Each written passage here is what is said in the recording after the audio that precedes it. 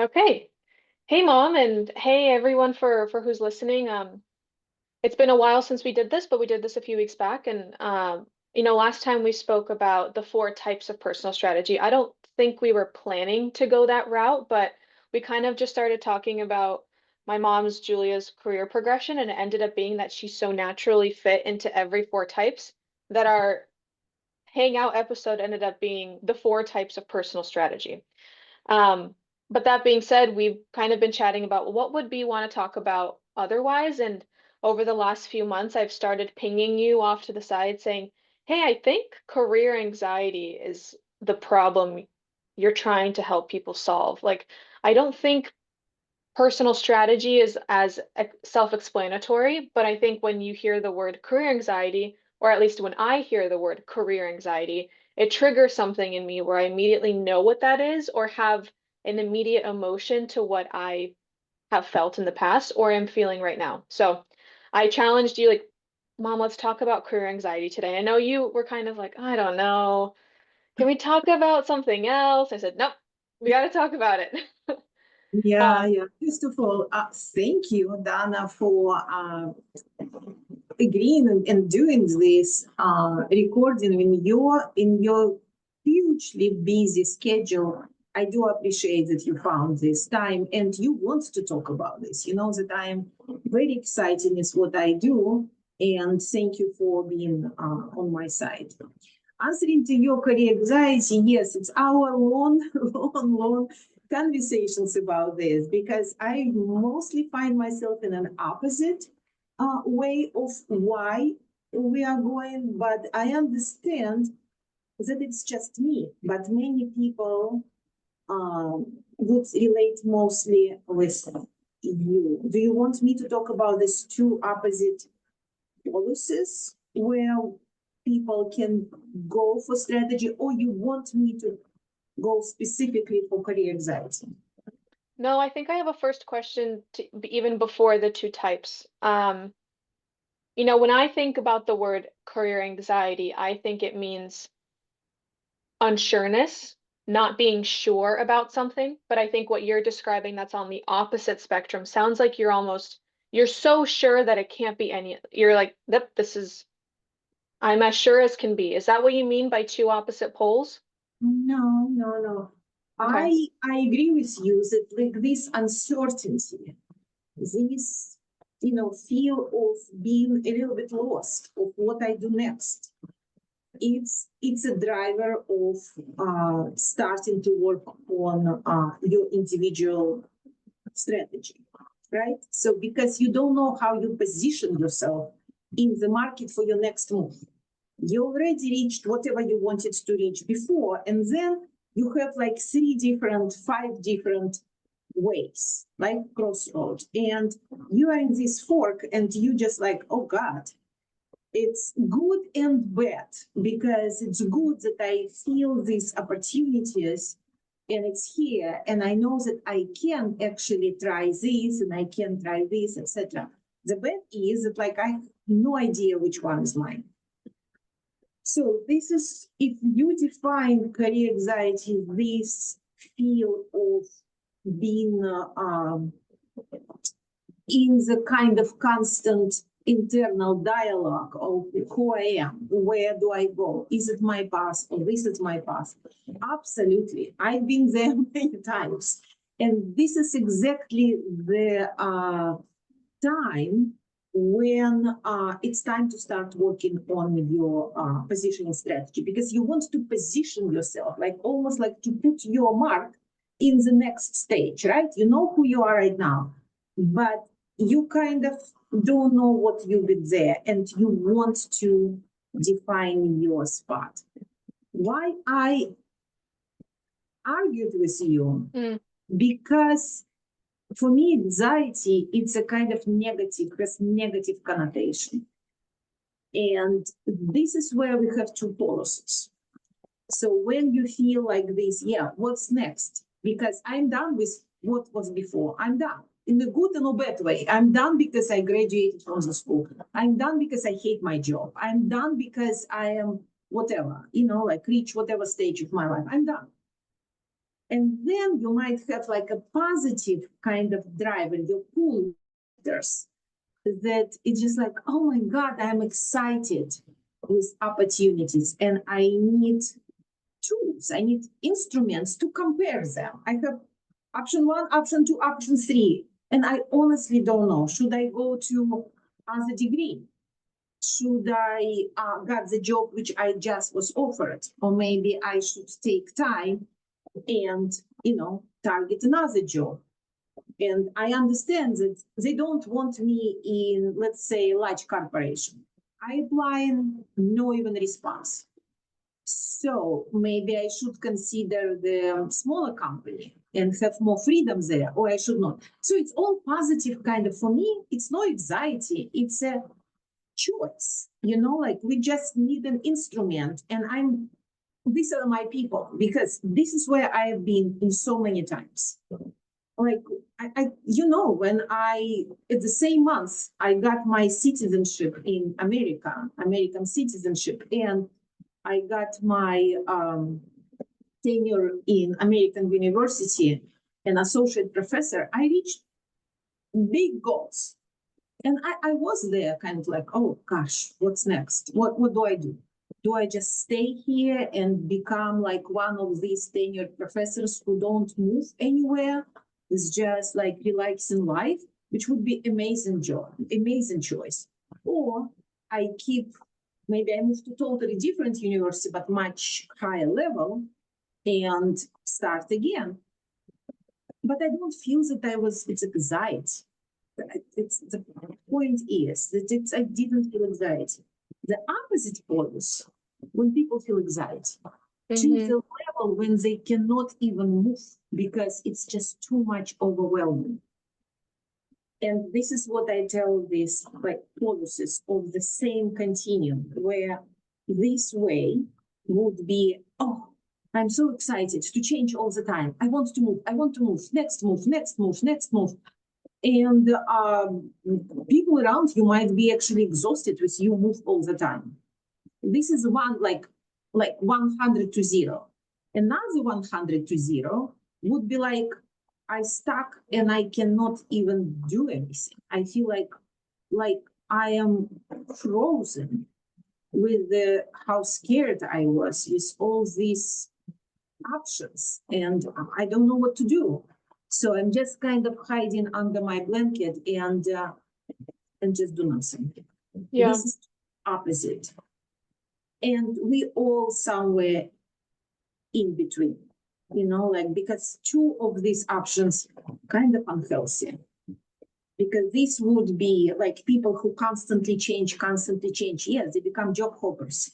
They just cannot stay in one job longer than, I don't know, 6 months. So the moment they kind of got it, they're just done. They just like want again, what's next? And it's like, it's unhealthy because they cannot feel stable, at least for some period of time, and capitalize on what they achieved. Instead, they're constantly looking for the change. And obviously, people who are frozen, it's even more unhealthy because it's a constant stress. Yeah, I think when you were talking about the two sides, and I know we have a chart in our mind that it's kind of like a bell curve where peak performance is somewhere in the middle. It sounds like both sides are career anxiety, in my opinion. If you're job hopping every 6 months because you cannot feel content being stable, it sounds like you're anxious about something. And it sounds like it's because you don't have a plan for what makes you feel maybe the same level of challenge and vigor that left side makes you feel, but stability as well. And then if you're on this side, you're frozen, like you said. And I think I don't know yet what I felt. I think I felt a little bit of the right one more than I felt the left one. I think I'm still young to feel the left one, but I could see how both sides can be anxiety, where traditionally we think of this one, the frozen one, as anxious. But those people who are on the left, I think, are equally as anxious, and it's almost like it's masked, right? It's masked behind probably financial growth, because if they're job hopping every 8 months, they're probably growing maybe in finances, I don't know.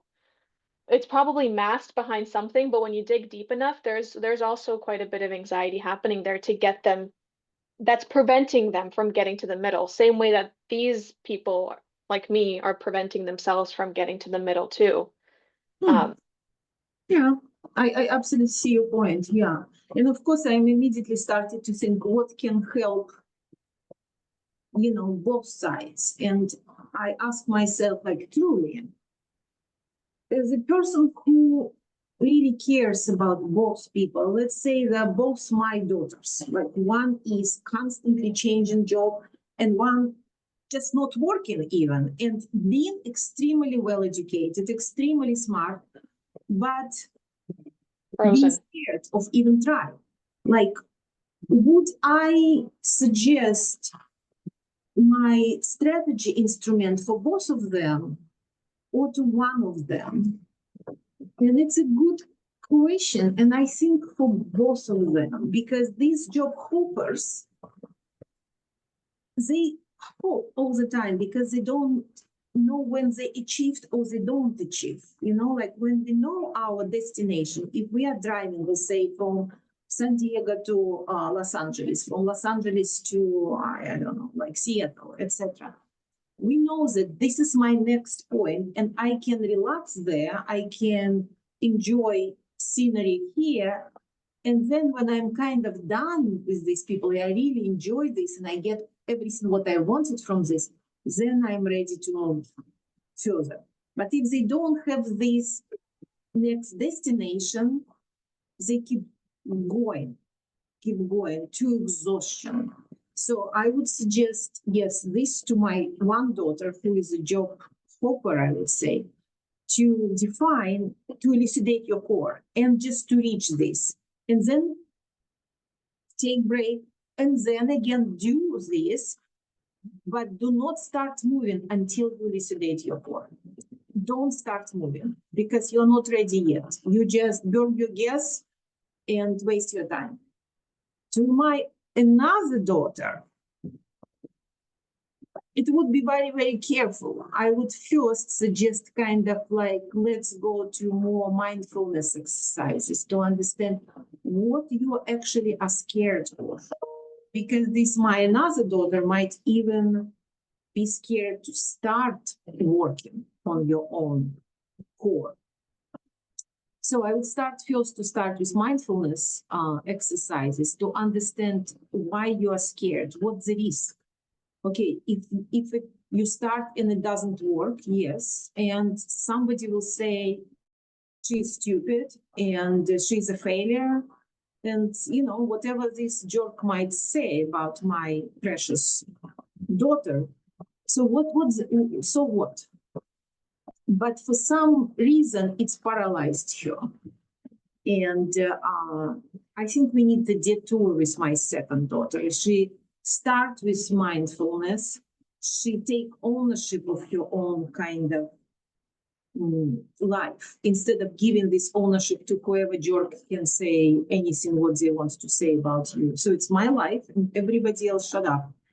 And then do this exercise.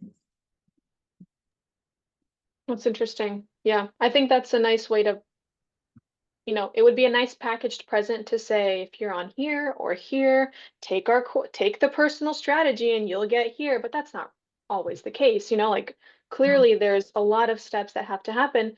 But they're very necessary steps. And I think that's,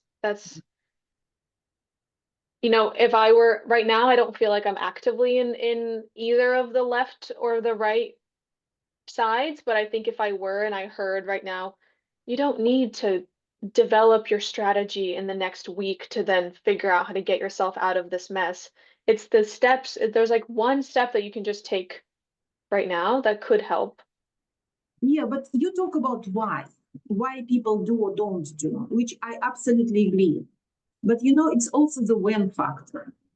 Because Okay. it's normal to have this anxiety. It's prescribed to have this anxiety when you reach one point in life and you are ready to another. For instance, you finish in school, you're moving to another country, you become an immigrant.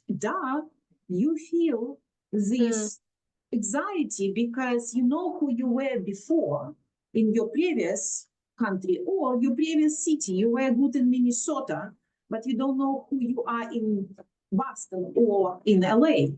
This is a normal time to have this anxiety, and it's a welcoming.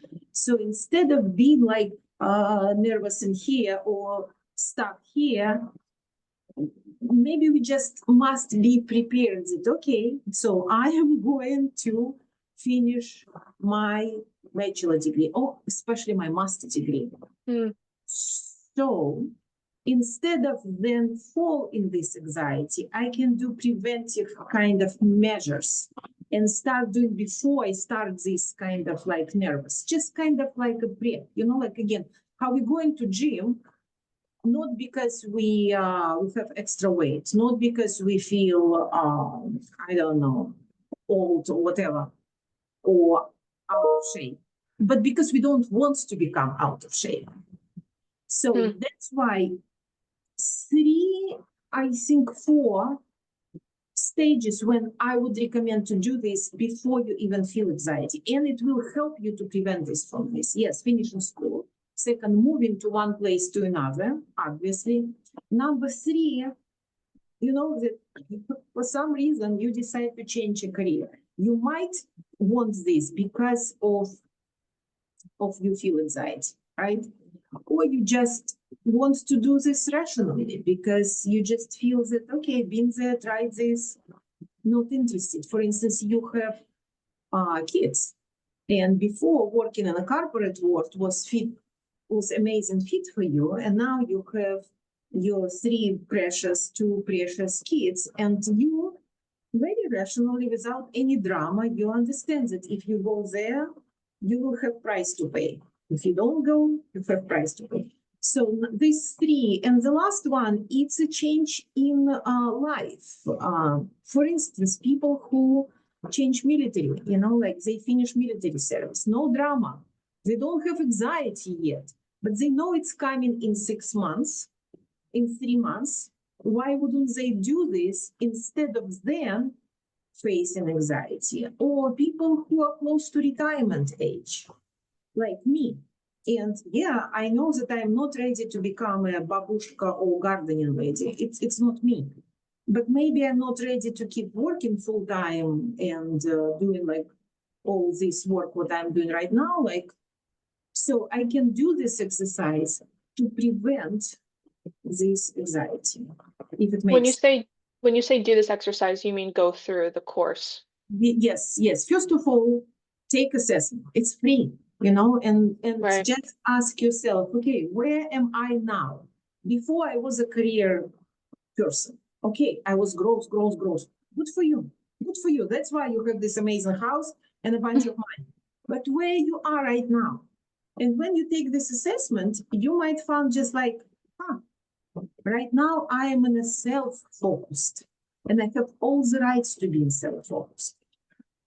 Then take the course of self-focus and find how to still be, how to find your professional freedom and career happiness, how to find your happiness of this next destination. So again, from LA, from Boston, or from any place, what is your next destination? And take this course, which is relevant for you right now, and find your, like, what it means for you.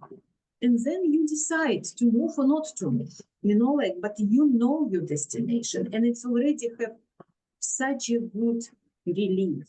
You avoid anxiety then. It's like a vitamins. It's like going to gym. It's like it's just if you want to be healthy instead of to be, like anxiety. Yeah.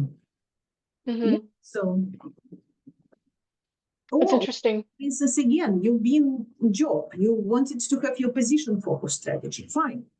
Because you needed stability. You have your family to feed. I absolutely, in deep respect to your choice, previous choice. But now you paid your dues. Your children are in college or out of college. So why wouldn't you check it out?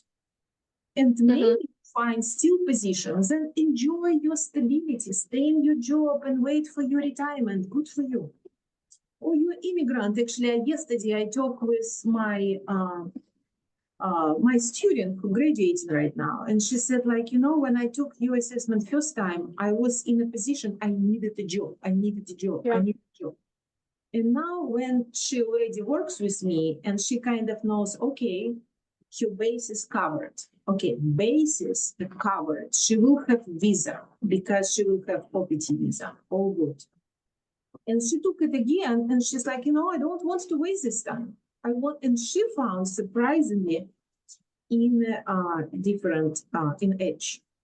Again, it's not, I know it's not about 4 types of strategy, but it's about anxiety. I think like defining this really helps you to protect yourself from Mhm. and being this in a healthy medium. Yeah. I'm curious. Knowing myself, who's been on the frozen side, um, specifically, I think when finishing grad school, I think I got lucky because I had a quick avenue to get into professional space, but I think I felt quite a bit frozen, and I know that I felt some resistance. You even told me, well, take the course. Like you've helped me build the course, but why don't you just take it as if you're someone new? And I felt a lot of resistance to doing it. Help me understand. Yeah. I have exactly the same with several of my people who with me, and I'm just like, guys, because you work with me, you help me, it's free for you, and it's doesn't take much time. And they didn't until I said, like, until you take the course, otherwise you're fired. You know, like then finally each of them took the course and we're kind of surprised that actually it's not, you know, learn this, study this. It's actually step-by-step coaching. Maybe we should change the name. I don't know, but this Maybe. is, and the Yeah. same about your boyfriend, you know, like he didn't. And even if I did very specifically offered him, like why? Help me understand why. What's the source of this resistance?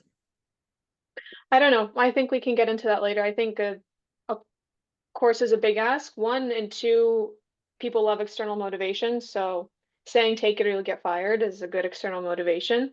But I wanted to pivot a different way.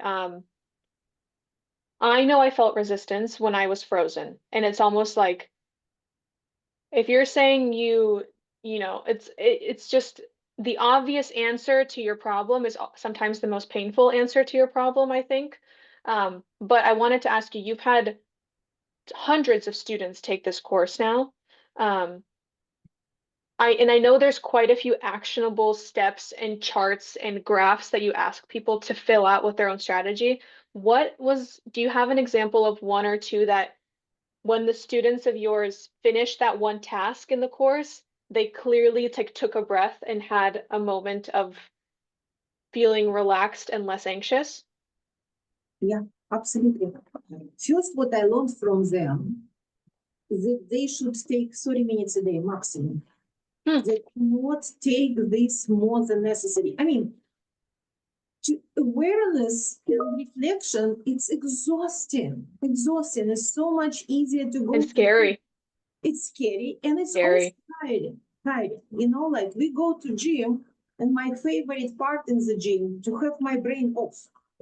And I just keep doing whatever they want to do. That's why I like actually groups, because I have like totally brain off.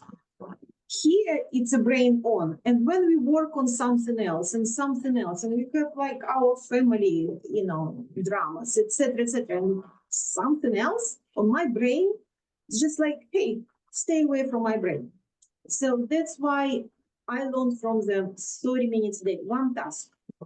And task number 1, you know, your challenge. And this is where they go through this, you know, like I think 15 minutes of my lecture where I talk about me and I talk about different types of challenges and understanding that, like, oh, my challenge is actually the same that everybody else has. It's nothing scary about me. It's nothing so difficult about me. It's the first kind of feel of relief. The second state of relief happens after actually second step, which is define your guiding policy. Sounds scary, defining your guiding policy. It's just like, it's like, sounds like almost like police, you know, like something what I must follow. But in reality, it's just rules of the game, some kind of like, you know, I tell myself why I'm here, what I'm doing, and then I'm totally free of kind of doing like whatever I, you know, like whatever I choose. For instance, I don't know, for position strategy, okay, I have to, my rules of the game is to understand metrics of HR department and see what I'm fit and what I don't fit. And that's it. It's not like you have to like fit each of them. And you feel kind of like, got it. And also feel that everybody else who choose the same path, and there are only 4 paths, doing the same stuff. It's also kind of like, it's not so scary. So having me standing right next to them, and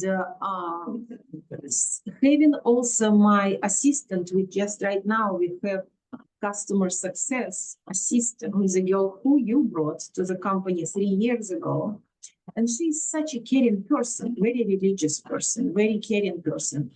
And I asked her, like, why didn't you take it before? And what made you stay to the end? Besides my promise to you that you will be fired. And she said, like, you know, I know you, but I needed somebody who will be kind of, who I can ask questions, who I can give my hand and somebody hand. And this is also relief.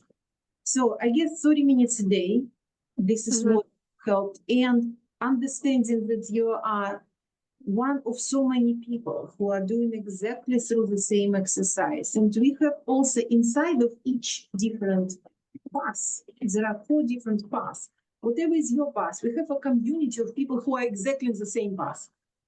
Use your fake name. Nobody's asking your, you know, birth certificate. Use your fake name, use your whatever face you want to put. Nobody's going to put you on spot. But share your frustration, and you would be surprised how many people sharing exactly the same frustration, and it's also huge relief. So it sounds like when you, 1, think about the challenge, and 2, think about the guiding principles, you're almost like taking the anxiety out of your head, and you're just, it's now the paper's anxiety. It's no longer yours. Like it's interesting. It's the same as steps, you know, people do steps and they measure their steps, you know, like honestly, when you told me that your normal is 10,000 steps a day, I just like kill me. For me, absolutely not. So if you tell me that I must do 10,000 steps a day, I would quit at the beginning, you know, and this is what people I think feel. But in this way, I tell them to do as many steps you can until you're tired. And somebody will take 1,000 steps a day and they don't even notice. And I just like, it's good. Take your time, because when you take a break, your brain working in the background. Just don't take break more than 1 day or 2 days maximum. Otherwise, you will have to start again. But do it step by step and trust your body. Your body keeps working while you do nothing, while you watch movie, while you walk your dog, etc. Your brain already helping you to move forward. You already do your steps. I mean, in working with this preventing career anxiety.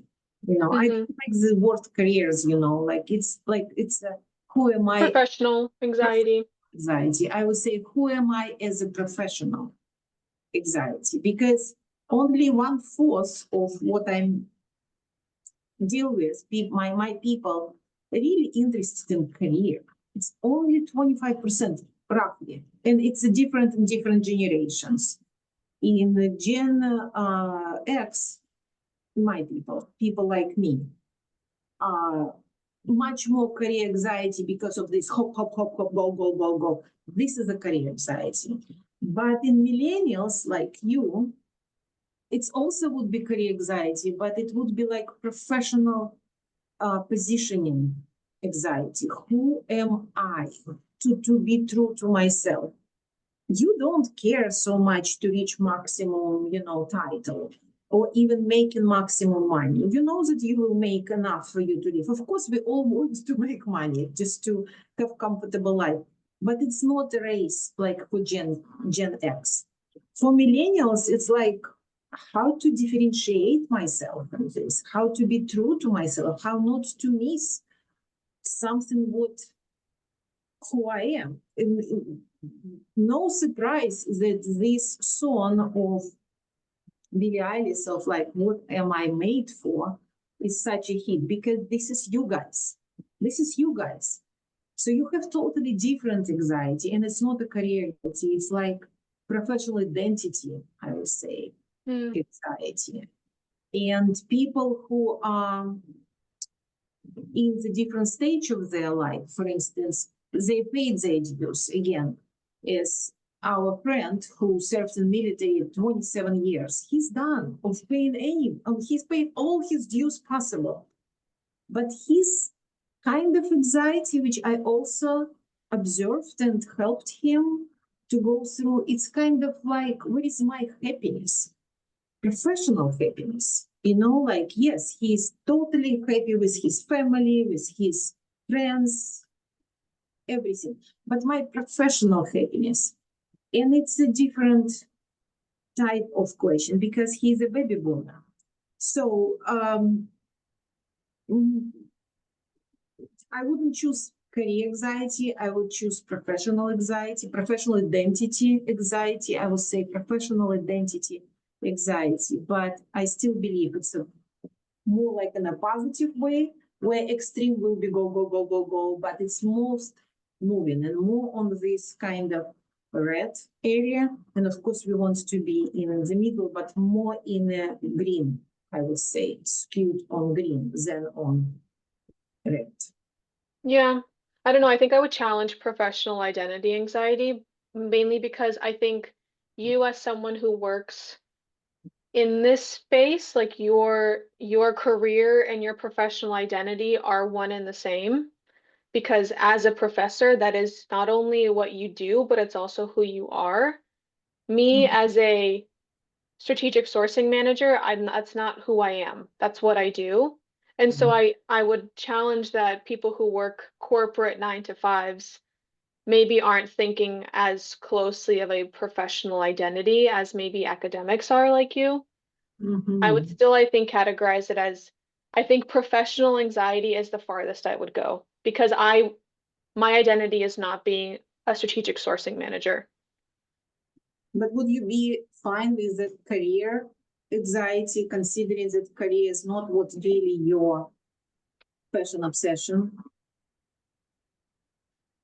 I think I would, more than professional identity. I think professional anxiety relates to me the most because it relates to not only me trying to figure out who I am in supply chain and strategic sourcing, but where I want to go next, be it product management, be it stay in supply chain, be it leave corporate. I don't know what it is, but that I think helps envelop more. But I think there's a lot of people who don't want to be fully consumed by their professional identity, and two, don't feel like they need to be. Okay, I can buy this. I see your point. Again, my second part, of course, I'm a strategy person, not just professor. I'm a strategy thinker, I'm strategy problem solving. And for me, it's about value proposition. I know it sounds scary, and that's why I don't even try. But it's about what is my value? What is my value proposition? And I think maybe this is what I called your core as a pro. What is my core? My core. What is my value proposition? What I do? For whom? Why I'm good in this? Maybe instead of career anxiety, I would say value uncertainty. But I understand that for people, For many people, career is such a buzzword. It exists for 40 years. 40 years we are talked about career services, career centers, career anxiety, career management, career strategy, which makes me sick because it's fast. And now we talk about employability investment. It's a new stage, but it's not for today's podcast. Yeah, but people are still kind of much easier accept the word career just because it's familiar. Yeah. Mm, Okay, let's take. interesting. We can keep it. We can keep notes. I'm curious what people say in response to this, what they're relating to. Yeah, Because I think I'm right now I'm on team professional anxiety. Sounds like you're on a different team. I'm curious what people are saying. no, you went in career anxiety. Excuse me. I'm changing it. I'm changing my team. Okay, professional anxiety. I'm with you. I'm All right. with you. Yeah, professional identity maybe would be mine, but again, as a strategy brain, it's not elucidated core. So uncertainty with my core. Like again, what is here me? Which define what I offer for whom, and why they love getting what I'm offering them. For me, it's a value proposition, and anxiety with uncertainty with all three of this. This is what absolutely this might be a source of anxiety. Yeah, definitely. That's why, again, I don't understand the sources of resistance. We can please ask people, just please people tell me why 30 minutes a day, just do, like just for the sake of exercise. It's not expensive. If you want this, if you don't have money, tell me, I'll give it to you for free. But just do this 30 minutes a day. And it's like, it's made into gym, but it's your own gym. Nobody can see what you do. You can hide behind many different walls, but still be with others in your journey. Yeah. Yeah, I think the idea of diving into yourself is scary. The same way that people are so resistant to going to therapy. Like it's a scary thing to dive into yourself. It's much easier to read or to listen to an audiobook of Brene Brown and be told what to do. But having to do the work yourself is scary, but that's people who are committed to it do it. Same way that people who are committed to the gym go to the gym, people who are committed to therapy go to therapy. But you're right, it's not a question of everyone shouldn't be doing this. It's a question of when it's the right time, you will be committed. If you're right now unemployed and your number one task is just to put food on the table, you probably don't. Your anxiety is situated somewhere else, and you should probably figure out on the base need of your life. And then there's a different stage of your life where, all right, let's talk about the when, and I think internally people are more open to it. Okay, for next our podcast, I can